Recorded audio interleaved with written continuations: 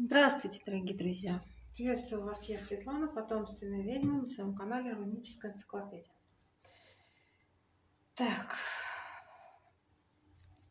это будет сегодня 7-я часть, да? Я понимаю тебя без слов.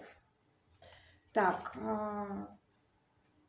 лицо — это открытая книга, как-то так. Подписываемся, ставим лайки, не стесняемся. Вот. Кому нужна моя помощь, мой номер телефона есть. Смотрите ниже под видео. Там написано и описано то, чем я занимаюсь и что я делаю собственными руками, чтобы человеку помочь. Так, ну что, начнем? Лицо — это самый важный источник, как я сказала до этого. Информация о человеке, поскольку оно всегда открыто. Мы смотрим чаще всего на лицо другого человека, чем на другие части тела. И живее реагируем на его сигналы. Так ведь? В древние времена умение увидеть гнев на чьем-то лице могло было спасти жизни. С точки зрения эмоций, интересно, что список негативных мимических выражений намного длительнее списка выражений, положительных. В этой сегодняшней, так скажем, теме мы также уделим большое внимание негативным выражениям. Научившись в них разбираться, вы можете правильно отреагировать на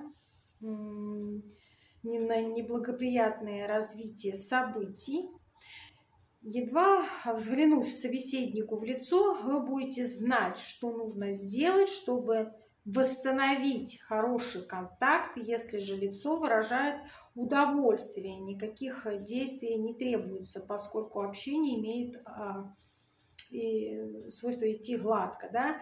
Также новорожденные могут выделять человеческое лицо среди других объектов исследования, да, проведенные участников младенцев 1 дня от роду.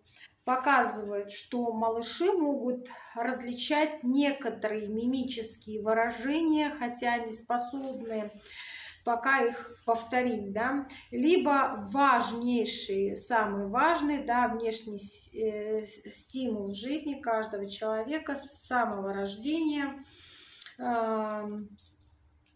играет особую категорию выражений лица, микромимику, которая выражает 7 базовых человеческих эмоций: гнев, отвращение, страх, удивление, счастье, грусть, презрение, радость, и так далее. Да?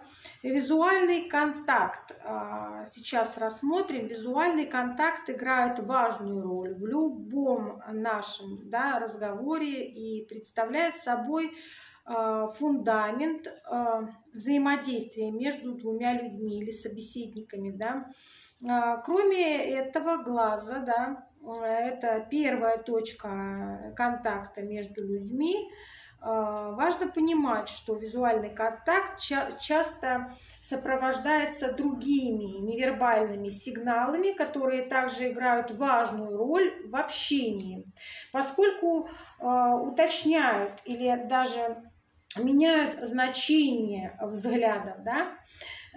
Пристальный взгляд, сейчас объясню. Пристальный взгляд, независимо от его длительности, вызывает у собеседника дискомфорт, или лучше от него воздержаться. Если человек становится напротив, напрягает плечи, смотрит на вас, не отводя глаза, да, обычно это значит, что только одно, да, желание комфортности,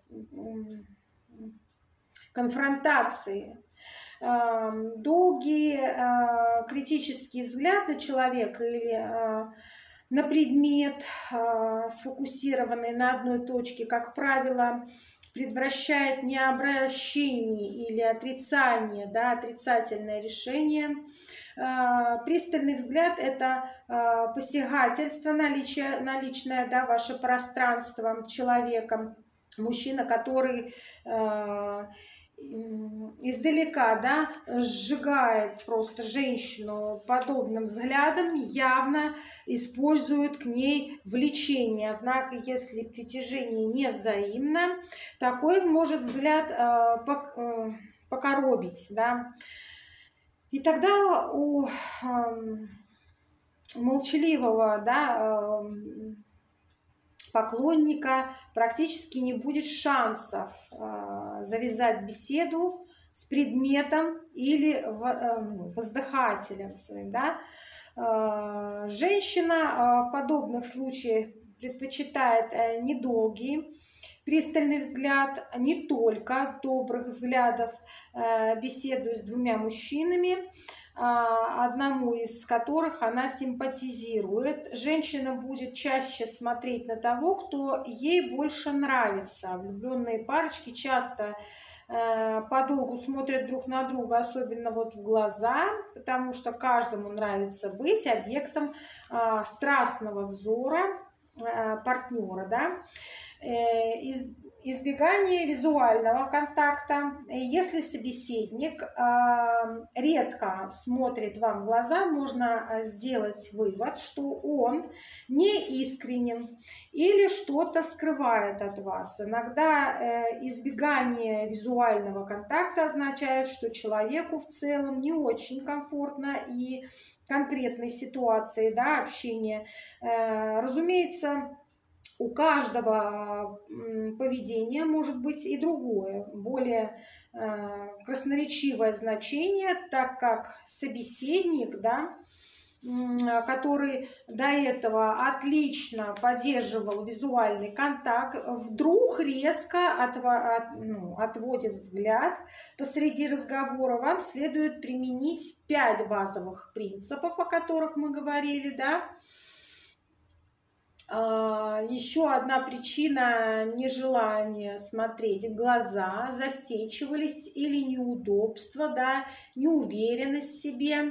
В ряде культур, например, на Ближайшем Востоке, да, визуальный контакт мужчин и женщин неприемлем в деловом контексте, однако допускается в своих ситуациях общение. Если женщина начинает деловой разговор с мужчиной, не зная о его арабском, да, происхождении, допустим, он одет в еврейский костюм, его поведение может озадачить или даже оттолкнуть ее. Всегда лучше не спешить с выводами, а попытаться выяснить причины того или иного поведения в человеке, да. Длительность визуального контакта. В западной культуре, да, определенный оптимальный визуальный контакт в деловом контенте составляет 60 или 80% времени всего разговора в зависимости от расстановки сил, отношениях, да, в отношениях с людьми. Если в разговоре участвует более 2 человек, тот, на кого смотрит чаще всего, занимает главенствующее, так скажем, да, положение на этой ноте, в этой группе. В процессе переговоров на его будет смотреть каждый, да, кто собирается взять слово. Это нарочитое, да, стремление к визуальному контакту, просьба о невербальном одобрении человека, фактически спрашивает разрешение, да, говорить.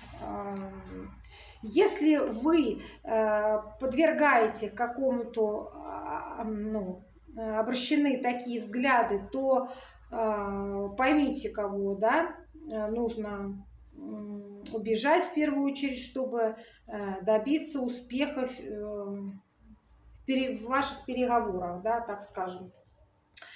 Так, направление взглядов поможет понять, кого нужно уберечь в первую очередь. Если человек редко открывает глаза от компьютера или своих записей визуальный, да, контакт страдает. Это производит пагубное влечение на собеседника, он будет чувствовать, что его игнорирует. Во время поднимания взгляда на собеседника и задерживания его на нужное количество времени, оно будет зависеть от ваших отношений.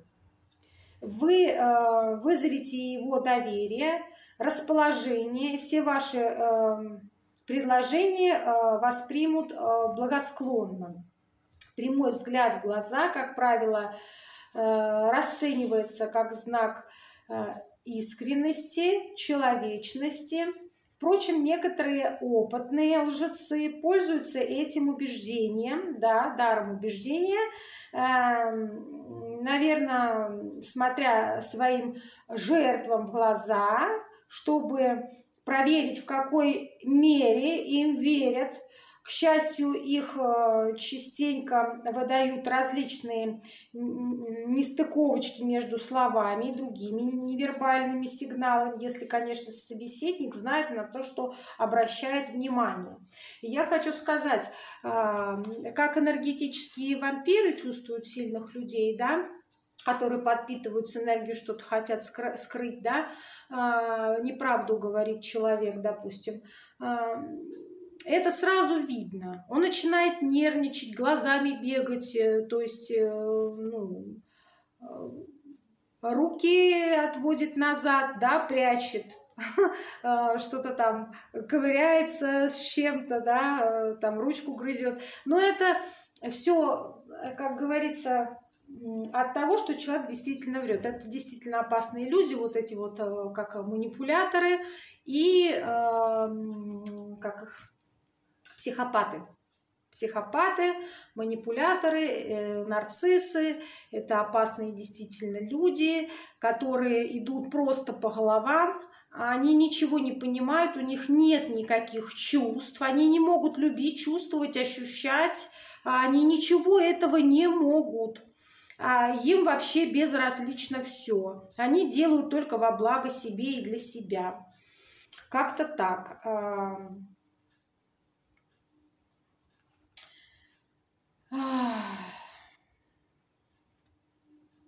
Так. Ну, поехали дальше. Что у нас там? Значит, давайте я расскажу вам про зрачки. Впервые, да, динамику зрачка исследовал профессор психологии Чикагского университета Экхард Хесс. Он выявил, что его размер изменяется в зависимости от интенсивности внешних стимулов. Общая схема такова. Зрачки увеличиваются тогда, когда на то, что мы смотрим, вызывает у них, да, положительные эмоции, они раскрываются. Хесс отметил, да, что у гетеросексуальных людей зрачки расширяются при взгляде на фотографии обнаженных представителей противоположного пола. В другом исследовании он пришел к выводу, что у женщин максимальные расширенные зрачки, да, вызывают изображение малышей, а у мужчин привлекательных женщин, да. Также зрачки увеличиваются при демонстрации любых приятных изображений, в отличие от фото политиков, военных действий, ну и тому подобное. Тот же эффект оказывает благозвучная, да, и неблагозвучная музыка, то есть благоприятная и неблагоприятная. Немаловажен в такой выход Хесса. Размер зрачка тесно связан с мозговой активностью человека. Да, немаловажно. В режиме решения проблем достигают максимума в момент отыскивания какого-то либо решения. Расширенные зрачки, что и как, сейчас скажу, когда смотрит человек, да, на другого человека, который нам нравится, наши зрачки, как правило, расширяются. То же самое происходит, когда человеку выгодные предложения дают. Таким образом, зрачки реагируют на положительные эмоции: стресс, любовь, симпатия, дружба. Подобный эффект может вызвать интенсивная мыслительная деятельность, поскольку расширенные зрачки ассоциируются в положительном ощущении. Люди с такими зрачками зачастую кажутся привлекательнее, вызывают больше симпатии. Именно поэтому зрачки женщин на рекламе, да, парфюмерии, косметики обрабатываются в фоторедакторе. Однако есть одно исключение, о котором вам следует знать. Зрачки резко увеличиваются от сильного испуга.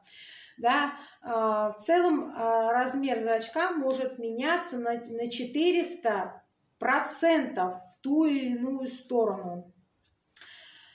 Сужение зрачков, да? Зрачки сужаются, если интерес человека неискренен. Например, когда женщина видит поклонника своего, который ей не нравится, разумеется, такое сужение справедливо лишь в том случае, если в помещении стабильное освещение. Зрачки автоматически расширяют на его смену, которые, ну, кроме того, что нужно знать, каков обычай, да, размер зрачков у того или иного человека, и только тогда судить об изменении этого зрачка. Так, глаза и веки. Глаза и веки играют ведущую роль в процессе общения. Движения глаз дают нам множество информации для анализа, для аналитики любого другого человека. К примеру, в традиционном южноиндийском, так скажем, да, танце Керала танцоры одними глазами и руками раскрывают целую историю. Роль глаз велика и других культур. Арабской, персидской и турецкой, да. Предлагаем вашему вниманию несколько, да, интерпретаций, так скажем, которые могут применяться в различных контентах. Так, широко распахнутые глаза, поднимая верхнее веко выше обычного человека, выражают удивление или даже изумление, если движение еще более выражено, а веко дольше остается открытым. Это может означать, что испытывает страх человек.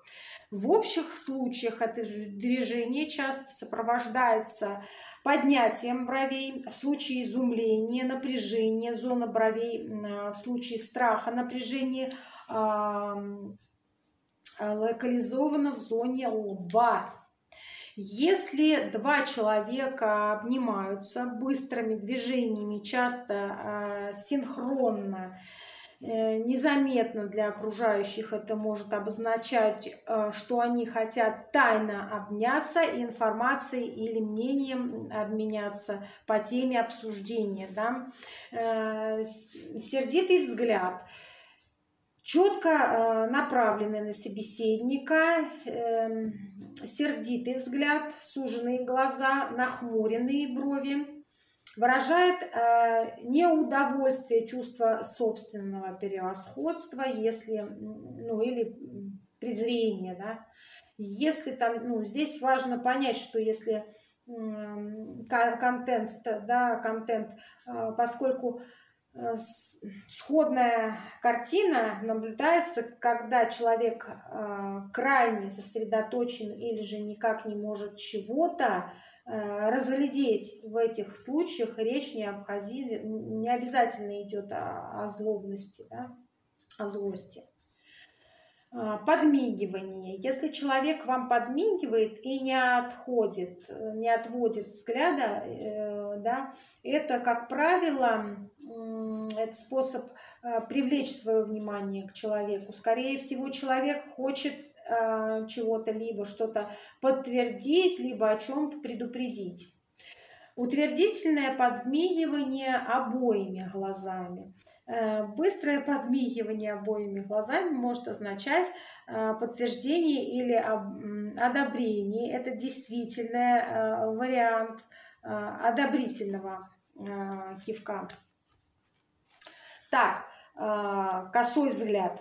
Взгляд искоса, когда голова слегка отведена от собеседника, может выражать, что человек вам не верит, не одобряет ваши слова или просто не распоряжен, да, не расположен к вам. Однако в то же время он может означать интерес, что нередко входит в заблуждение, если надо учитывать, да, сопутствующие сигналы, если брови слегка приподняты, на губах играет слегка улыбка, значит, перед вами интерес. Если же брови нахмурены, а уголки рта опущены, такой взгляд выражает враждебность. Прищуривание глаз. Прищур может, да, выражать разные эмоции. Это может быть как запрос дополнительной информации, именно дополнительной по чем-то уже известном, да, так как глубокой сосредоточенности на каком-то конкретном восприятии или вопросе человек фокусируется, как будто он объектив фотокамеры, да, если собеседник щурится, одно из двух, либо он вот-вот задаст уточняющий вопрос о чем-то недопонятом вам, да, либо тщательно обдумывает слова собеседника или отвернутую реплику. Последствием, да, в случае от вас не требуется никаких действий. Собеседник расслабит веки, когда все обдумывают и будет готов к продолжению разговора. Однако вы должны знать, что для некоторых подобное выражение лица на переговорах или собеседованиях уже стало привычным. Не дайте сбить себя с толку. Да, возможно, им нужна более подробная информация о вас и о вашем предложении, чтобы всесторонне оценить вас. Так, и ваше предложение. Так, но вполне вероятно, что это просто привычка, да, сами того не желая, что они производят впечатление негативного настроения, так скажем. Тоже движение глаз может выражать и гнев, или прищур сохраняется всего долю секунд. Так как также разобраться такое толкование, да, применено в каждом конкретном случае с помощью 5 базовых принципов, которые я рассказываю. Так, моргание выполняет важную функцию увлажнения, очищения глаз. Когда мы расслаблены, да, мы моргаем и примерно 6-8 раз в минуту. ослабляя свои веки сомкнутыми на 0,1 долю секунды. Исследования показали, что люди, чьи внимание рассеяно, а мысли блуждают далеко от темы, моргающие чаще, таким образом им удается эффективнее изолироваться от происходящего вокруг. Традиционное мнение о том, что лжецы, якобы моргающие чаще, попросту ошибочно.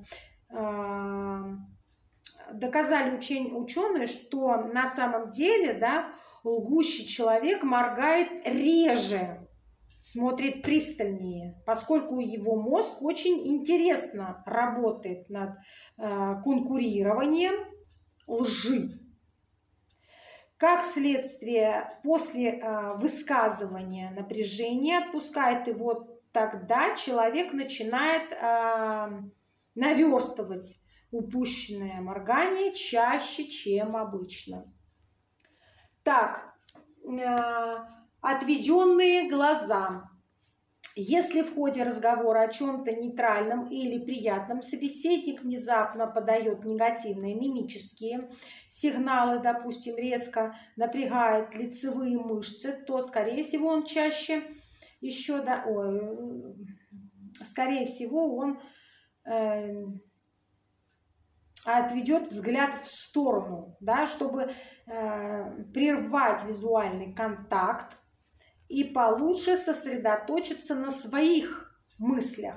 Возможно, разговор неожиданно напоминал ему о чем-то, он пытался скрыть, и теперь ему нужна короткая передышка, чтобы собраться со своими мыслями, и для того, что он временно прерывает коммуникацию, отводя взгляд в сторону. Важно отметить, сколько длится этот перерыв. Если визуальный контакт восстановлен практически сразу, это означает, что человек снова сосредотачивается на ваших словах. Если же пауза затягивается, есть риск, что дальнейшая беседа будет идти в одном направлении, поскольку собеседник уже не слушает вас совершенно. Исследователи показали, что кто отводит глаза вперед перед ответом на вопрос, а также кто в принципе реже смотрит на собеседника, часто воспринимаются менее конкретными. В таких ситуациях выражение «бегающие глазки» приобретают практически буквальный смысл. Мы отводим глаза, когда хотим высказать свое мнение или делать что-то неприятное для себя. А поскольку в нашу сторону все равно направляется поток необходимой информации, мы буквально пытаемся от нее отвертеться и избежать открытой конфронтации. В такой ситуации нужно учитывать другие невербальные сигналы. Всесторонняя оценка подскажет оптимальные ответные действия. Вот такая сегодня у меня для вас информация. Как всегда, начинают мешать соседские дети или сами соседи. Окна открыты, поэтому все так слышно. Я желаю вам белой дороги, всего самого хорошего. Подписывайтесь. И если еще раз уточню, если кому-то нужна помощь, обращайтесь, не стесняйтесь, я всем помогу. Ставлю чистки, и делаю чистки, и ставлю защиты, также защиты на рунах. Так что, дорогие мои, я вас всех жду на своем канале. Белой дороги вам!